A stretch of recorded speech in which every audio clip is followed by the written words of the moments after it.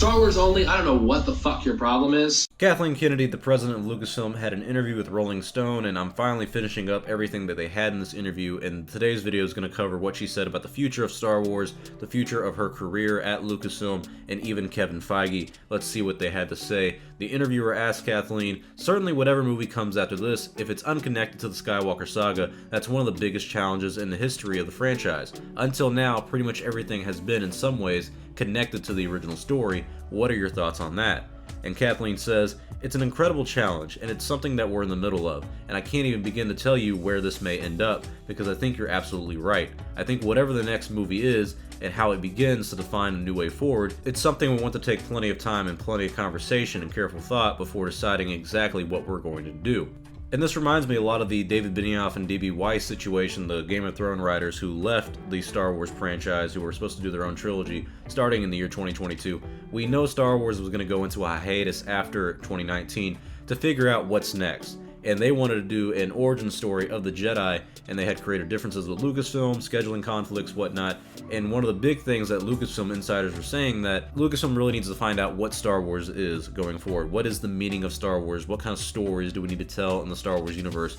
And I like that they are taking time to kind of think about things. The next question they asked Kathleen is, so you truly haven't decided what's next? And her response is, no, we've got various things we're looking at and various ways in which we can begin or not. As you can imagine, do you look back? Do you go forward? All these questions are being asked. Do we stay in this galaxy? Do we go to another? The universe is never ending. The good news and the bad news. They have endless possibilities. It's liberating, it's exciting, and it creates a lot of pressure and anxiety as well.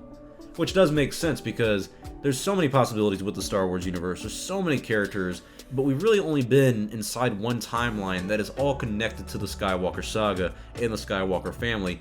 Going to a different part of the Star Wars universe is enticing, but I understand where the anxiety can come from of, you could really fuck up what Star Wars means, and if you don't even know what it's supposed to be, you could just make a movie that feels like it's in the Star Wars universe but yet has no connection to the Star Wars story. That's kind of how I look at Rogue One and Solo, a Star Wars story. They're just basic stories that are really, really basic in terms of storytelling and plot, that just happen to be in the Star Wars universe, that don't give you that Star Wars feel. To some people it does, but that's simply because it's based in the Star Wars universe. It has a Star Wars skin on it, and it's a bunch of, you remember this? That's why you like it.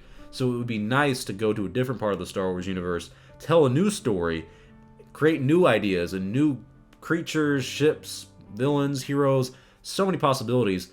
But you can really mess it up, because there's so many possibilities with the Star Wars universe. It is kind of one of those things where you look at it and say, where do we even start? But the next question they asked has to deal with Kevin Feige. They said, how did Kevin Feige come into the mix? And she says, Kevin has been a huge fan of Star Wars, and he's made that pretty clear. And I think when he went off to do a couple of the Spider-Man movies, he realized that he could kind of step in and out of what he's doing, specifically just with Marvel. He talked to us, and he talked to the studio and said, is there any chance I could step in and do one of the Star Wars movies? And I thought it was a pretty cool idea. So we're just beginning to talk about what that might be and when that might be, but it's a ways off. Okay, so that adds a little clarity to the situation of the 2020 film. I still think the 2020 film, if it's going to happen in December 2020, will likely be the Rian Johnson trilogy, but if it's not, some people were saying it's going to be Kevin Feige, which I don't think people understand how films work and what a producer does, but Kevin Feige is going to be one of the producers in the future of the Star Wars films, and now that they're taking a step back and taking a hiatus from the Star Wars franchise and from the Star Wars films, it does seem like they could plan out what Kevin Feige's involvement could be, and he could help even plan out a trilogy or something. Maybe do a one-off film with Boba Fett, you really don't know, but Kevin Feige coming in, it's nice to know that he actually approached Lucasfilm. It's kind of like the Jon Favreau situation, where he's such a diehard fan that he's coming in and saying, hey, I really want to be involved in this great universe. How do I get involved, and would you like me to be involved? And Lucasfilm was obviously welcoming him with open arms and saying, yeah, come on in. And I like that. So I think this is good news, and I think this might be a good potential story with Kevin Feige, simply because, he is Kevin Feige and he's done great at producing the Marvel movies.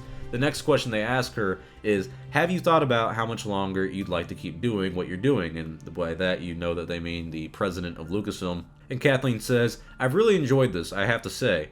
It's been incredibly exciting, and just the fact that George asked me to do this, I felt a tremendous responsibility with stepping in and taking care of the franchise, and if there's going to be new movies, to really pull a team around this that cared as much as he did. What happens in the future, and how long and how much longer I can do this, I don't know yet. I'm looking at all of that. It's been incredibly satisfying to reach this point where we've completed the saga, and I think made a really wonderful movie.